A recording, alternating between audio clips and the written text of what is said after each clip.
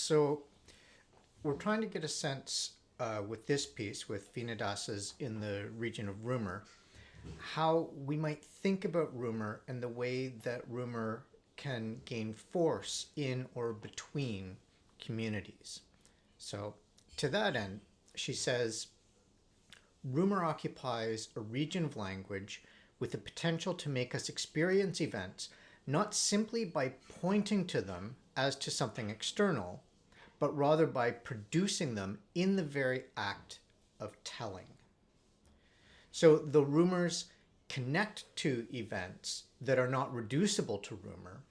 We'll see how, as this statement claims, rumors do not have the relation to events of a report, like saying, it's raining today, reports on the weather, but participates in the event, both demonstrating how events are open-ended and contributing to that openness.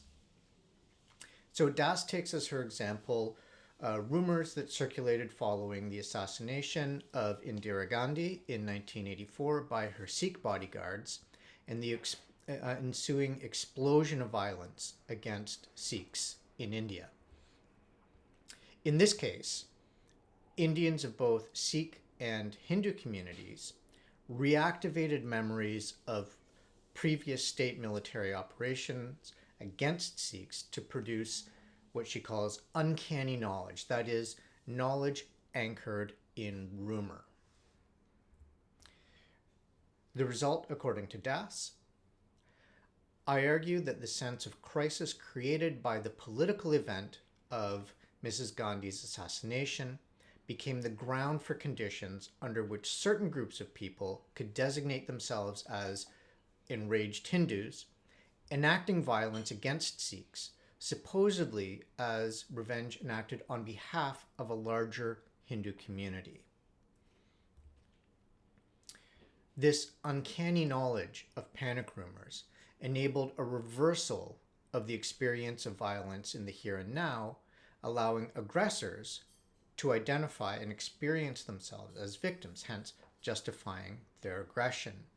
So rumor here has effects on people that are not just given in the event of the assassination, but are an extension or an elaboration of the event.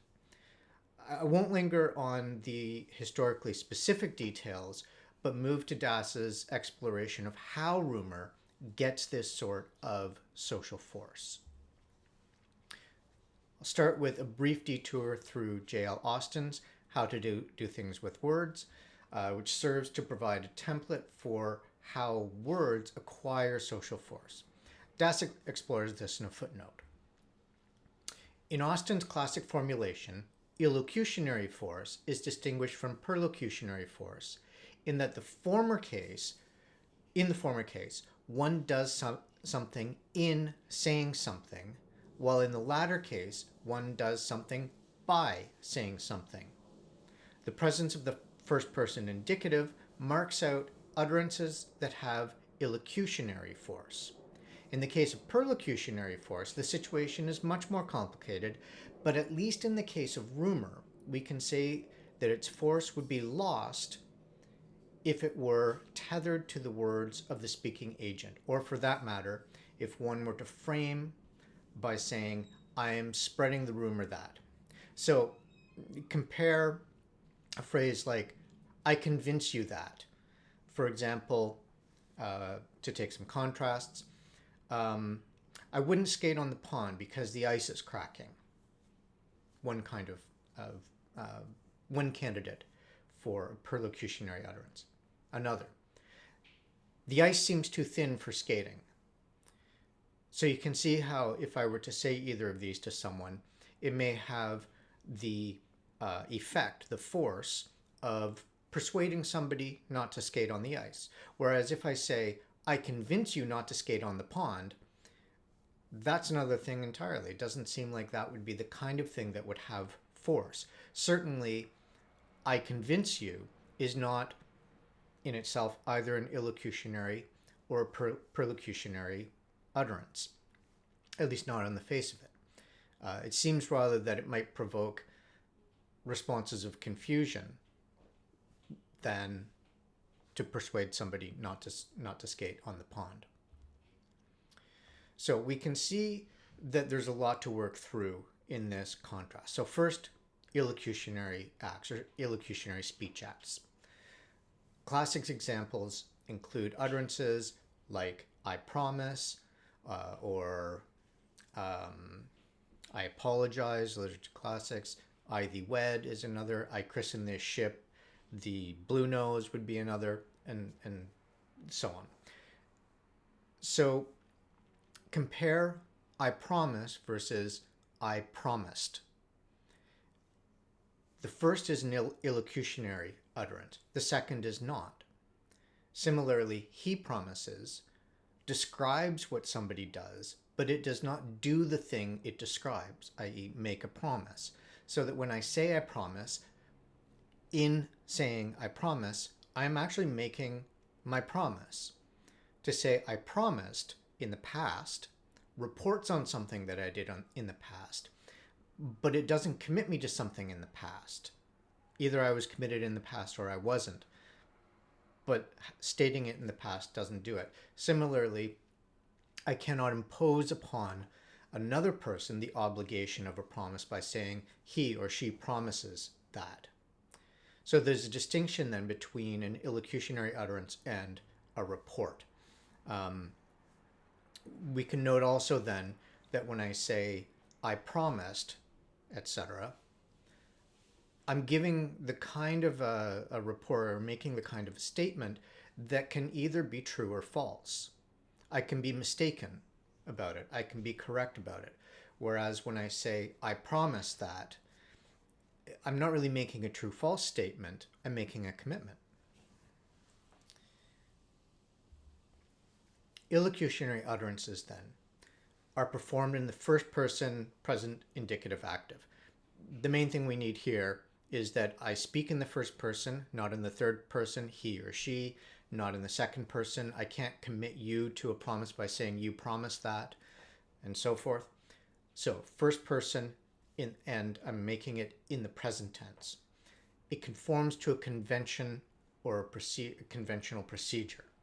So then, if you take the classic example of a marriage ceremony, then when the officiant says, "I now pronounce you husband and wife," or husband and husband, or wife and wife, whatever the case may be, there's a conventional procedure for that. Next, it's uttered by the right persons. So the officiant in the example that I just gave, when I make the promise that I make the promise, I don't make it on someone else's behalf, or the apology, or the act of forgiveness, and so forth. It must be done under the right circumstances, and it must be done correctly, and finally, as I say, is evaluated as what Austin calls felicitous or infelicitous. So where other kinds of statements that can be true or false will be evaluated in terms of truth and falsity, whether they can be correct or mistaken. Illocutionary statements are evaluated in terms of felicitousness or infelicitousness, felicity or infelicity. So then, one way to think of this is, does the utterance do what the speaker says? Say I see a couple in the street. I walk up and I say, "I now pronounce you husband and wife," or husband, husband, wife, wife, as the case may be. In those circumstances, first of all, it's the wrong circumstance. I'm not the right person to do that in any case. And so it is infelicitous. It does not do what the statement says, or not statement, excuse me, utterance. It does not do what the utterance says. In that case, it is infelicitous. Equally, you could think when I say "I promise," again, it's not something that I'm right or wrong about, it's something that I do. Similarly with apologize, forgive, and so on. Now, to go back to the classic example, consider the marriage ceremony. I pronounce you husband and wife, or the other variants. Spoken in the right ritual or ceremonial circumstances, by the proper official, to the right people, in the right way, for example, after the vows have been taken. The utterance does not make a true false observation about the world. It's not a report about the world, but rather it changes the circumstances of the world, making unmarried people wed. By comparison, think of an apology. I apologize in the present as the wrongdoer. If I'm not the wrongdoer, I can't offer the apology. I'm not the right person. I can't do it on someone else's behalf. I can't apologize for and have the apology stick. I have to make the apology for myself. As the wrongdoer, I need to make it to the wronged party, specifically to that party. I can't apologize to somebody who has not been wronged in place of somebody who has been wronged. I have to make it in the conventional way. I apologize for, so that we know that when people offer kind of half apologies, like, well, if anyone was offended by, etc., we know that that's not, that doesn't, it's not quite felicitous. It doesn't quite do what the utterance says. And I need to make it in the right circumstances. So it has to be adequately soon after, for example. Perhaps it needs to be in the presence, whether in physical presence or over the phone or over some other form of mediation. Maybe it needs to be done that way. Perhaps, for example, if I leave it in a letter that is opened only after my death, it's not going to be a felicitous apology. Perlocutionary utterances, on the other hand, and this is kind of where the rubber hits the road for rumor, they differ on each point. So they're made outside of conventional procedures and outside of conventional effects. There's no appointed speaker, so there's no officiant, there's no one who's sort of singled out as the appropriate speaker. Anybody can make perlocutionary statements, in other words. There's no qualification required. There's no conventionally determined audience, so that, as I say, in the case of a marriage ceremony, the appropriate audience is are the individuals getting married. There's no conventionally determined conclusion, so that after the officiant utters the phrase, "I now pronounce you," etc., the relevant people are wed, and it's done. Rather, perlocutionary utterances are open-ended. So if we go back to the example of skating on the pond, there's no particular point at which you can say, yeah, okay, the force of the perlocutionary utterance has now done its work, it's exhausted, it's done, it's felicitous or infelicitous, as the case may be. Rather, it's open-ended. There's no clear breaking off point when we can say, okay, now it's complete. And finally, by making a perlocutionary utterance, I, as the speaker, demand of you, the recipient or the audience, a response. This will be important. The operation outside of conventions, with no requirement that they be uttered by appointed individuals, their open-endedness, how they demand a response from the recipient, all of these make rumor close to perlocutionary utterances. They do something by saying something. So as Das points out, however, there are other features of rumor that distinguish it further. Rumors are anonymous, not reliably attributable to an original speaker, as if they are only ever repeated. It's like they never had a first speaker, but that they live only in their repetition, never in their origination. They're communicable. That is, they are conceived to spread. They degrade trust in the normal functioning of words.